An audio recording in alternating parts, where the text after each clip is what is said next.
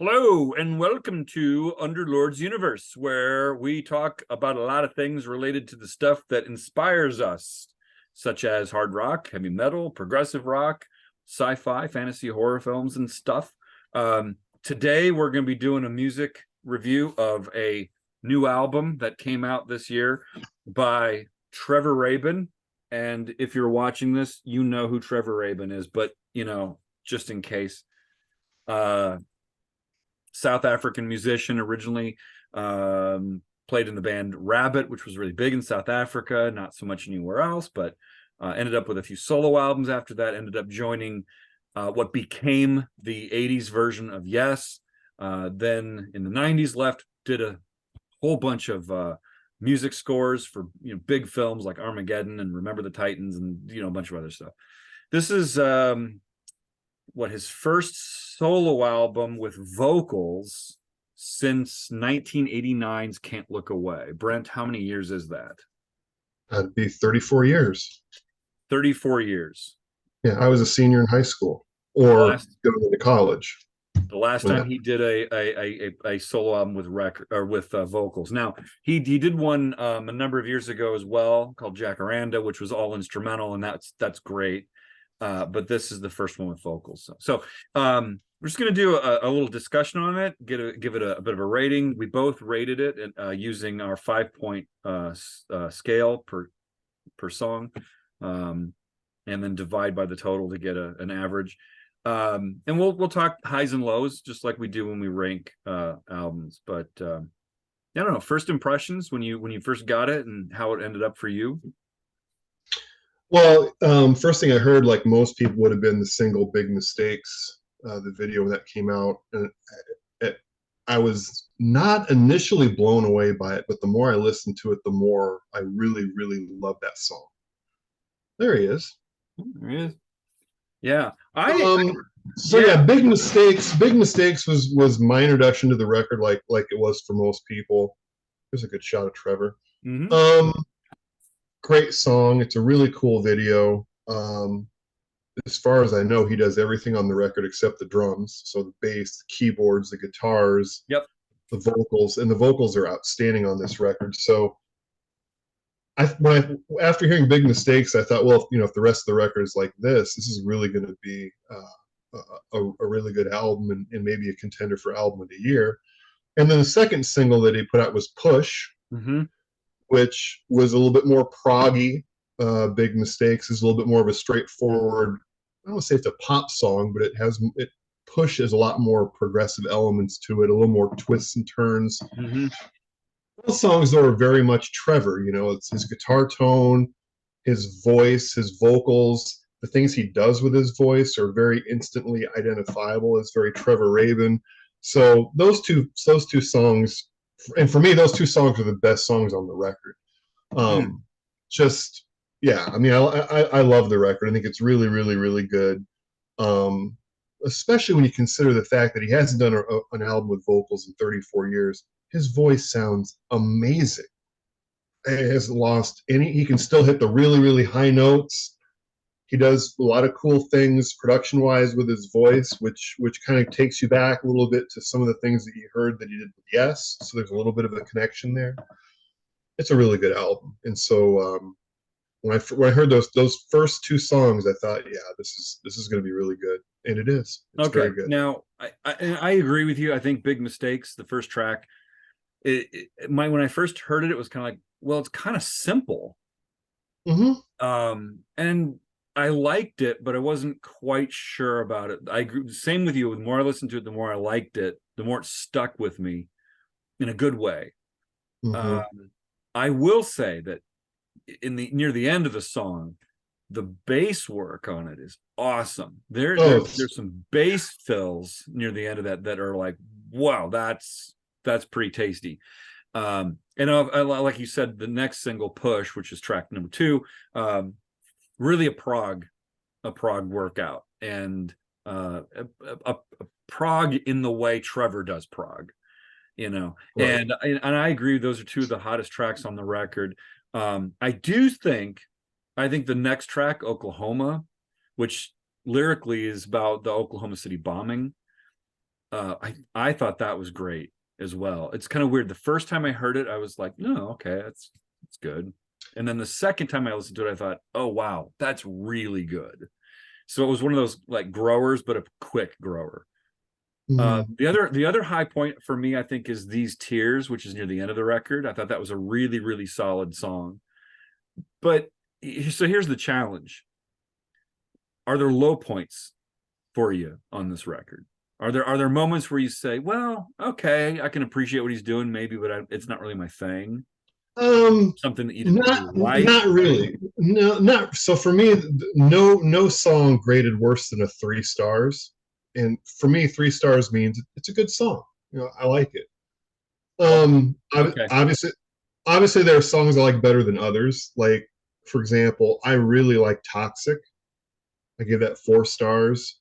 It's a Mm, this album. There's a lot of different varieties on this album. You've got pop, you've got a cappella, you've got some straightforward rock riffs. You've even got some really heavy riffs. hmm.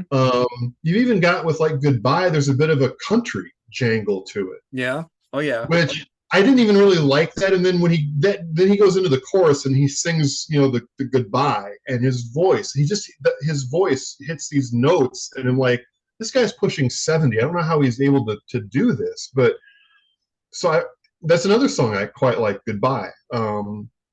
And you and I discussed previously Paradise, which is probably the poppiest song on the record. And I believe Trevor, when he was getting ready to release the album, he thought Paradise might be a naturally good first single, but the record company decided to go with Big Mistakes. No, I didn't realize Um, that.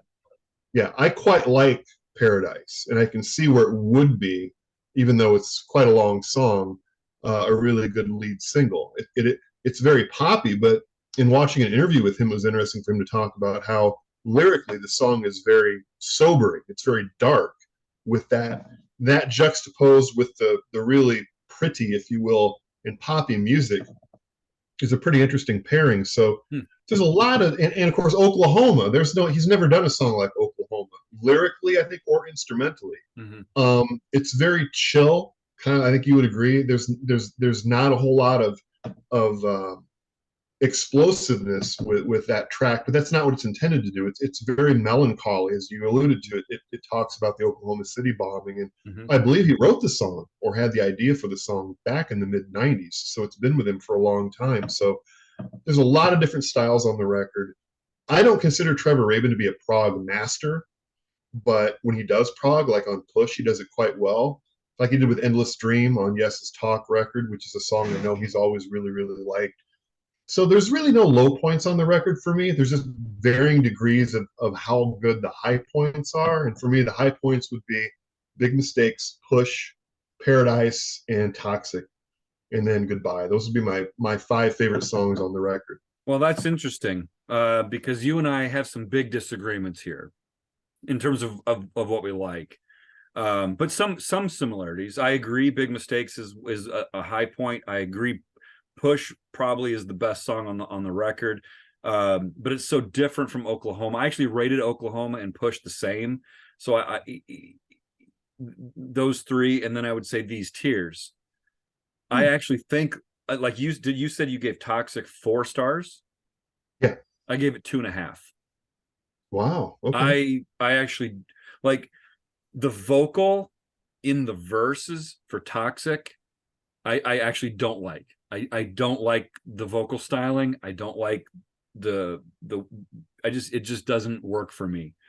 And the same thing, there's some vocals in Paradise that I just don't like. Now it's a long enough song that Paradise I like better because there's other things in it that balance it out a little bit more.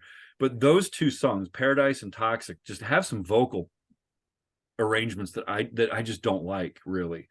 Um, but I can see from a writing standpoint and a production standpoint how he's really, trying to be really diverse. And of course, one of the potential pitfalls of being really diverse is that you explore areas that maybe not every one of your fans is going to love everything you do. Mhm. Um, Here's the weird thing though for me. When I listened to this album, 2-3 times and ultimately rated it and stuff, I was thinking to myself, I like it. I like it a lot. Some of it I love, but on the whole, straight through, I don't really know if this is going to be, like a contender for album of the year. I just really didn't know. But here's the funny thing, and I'm not going to give it all away. After I totaled it up, I was shocked where it ranked, because I've ranked at this point 22 albums this year, and I was I was kind of surprised at where this actually ended up so far. And I won't give it away, but it ended up quite a bit higher than I expected. So uh I just think, if you're into old school, not old school, yes, excuse me, 80s, yes. If you're into 90s, early 90s, yes, like the Talk album that you referred to, if you like Trevor Rabin, you gotta get this. And he also did If you like Can't Look Away, you got to get this. I mean, well, yeah. talk about a phenomenal record. Yeah. Now, That's I do want to point out also, this is the import version with a bonus disc, and the additional stuff. It's cool. It's great. The one thing I want to say is that there's a song on the bonus disc called "Fragile," and there is a version of "Fragile" that was released. I don't remember what the circumstances of it were, but that has John Anderson and Rick Wakeman on it, and you can find it. By the way, if my light goes down, that's because my dog is right over there and she's messing around with. Be careful there. Jump down. But this is a demo version, so it doesn't. For example, it doesn't have John's voice and stuff on it. It's only Trevor. But I actually thought that the song "Fragile" was great, and it's kind of leaves you kind of wondering if you can find it. Go to YouTube, and maybe I'll link it below or something. I don't know if I can find it again, but you can find it. It was kind of when they were doing the Anderson Rabin Wakeman stuff, and but no, it's a really solid record. I would say 90% of it I really like a lot, and there's just a couple songs that have a few things that just kind of didn't work for me, but no, really solid. What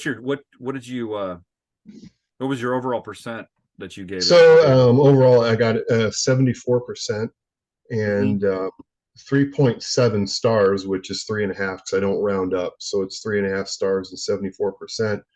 And I just want to kind of qualify that a little bit by Mhm. saying that I gave 4 of the songs on the album 3 stars, which that's basically me saying, okay, it's an average or good, it's a good song. Mhm. So, but 3.7 or 3.5 stars out of 5 is it's pretty good. Like you Mhm. said, it's a solid record. And Yeah. I wasn't really sure how it was going to rate. Because when I heard the first 2 songs, I knew I really liked him. I wasn't sure if the rest of the record would be that good. It's Mhm. probably not, but he set the bar really high with those first 2 singles, and it's very diverse. And also, as you said, given the different stylings on the record, you may not like everything, and we've already Mhm. talked about some things that we don't necessarily like or agree on, but we do agree that it's on the whole, it's a pretty good listen straight through. With all the diverse things, his playing, he hasn't lost any of his guitar playing chops. His voice sounds amazing. It sounds incredible. The production's great. The drumming is great. It's a good listen. Yeah. If you like Trevor, you're going to really like this record. I gave it 3.45 stars is where my star average came out to, which of course is 3.5. Um, Mm-hmm. and then my overall percentage rating was 69%. So yeah, really, really solid. The other thing I do want to say, excuse me, there's a song on here called Tandy. And if you don't know, Tandy is the only rhino in the world to have survived a poaching. She I had did her not. horns removed, torn off, Oh yeah. Yep. and went through apparently a really long recovery. And there's some neat stuff out there on her about her ordeal, and so she's kind of a nice survival story. And I know I might link a YouTube video to her story below as well, in case anybody happens to be watching this is curious. So Well, also to yeah. that, Trevor's done some good interviews that you can find on YouTube where he's discussing the record and other things, you know, his career in film scoring and working with, you know, Chris Squire and John Anderson and Yes. So there's some good interviews out there where he's talking quite a bit about this record and kind of how it came to be and why now after 34 years did he decide to do a record with vocals and stuff. So there's also some stuff out there where Trevor's talking about the record too, which is pretty interesting if you want to check that out. Yeah. All right, so there we go. Trevor Rabin, Rio, first album from Trevor with vocals in 34 years. 34, right? And it's good 34 years. It's really, really good. A lot of great stuff on it. So also, we don't play like Trevor Rabin, we don't write like Trevor Rabin, but we do write and record some of our own stuff. And if you're interested, there's some links down below to some of that stuff as well, so please check us out. Check it out. If you have listened to Trevor's new album and you have some thoughts on it, put a comment in there. Cool, that's great. Please subscribe. And I think that's about it, isn't it? Yeah, we'll be back doing more videos hopefully sometime soon. Like Brian said, we're like you said, Brian said, we are rating albums that come out this year, and we're going to be doing towards the end of the year like a album of the year episode where we're going to be talking about a lot of records that came out this year, and this may be one of them. Maybe or not. Okay. All right. Ready to go? Yep. Thanks for tuning in, folks. Until next time. Yep. Bye.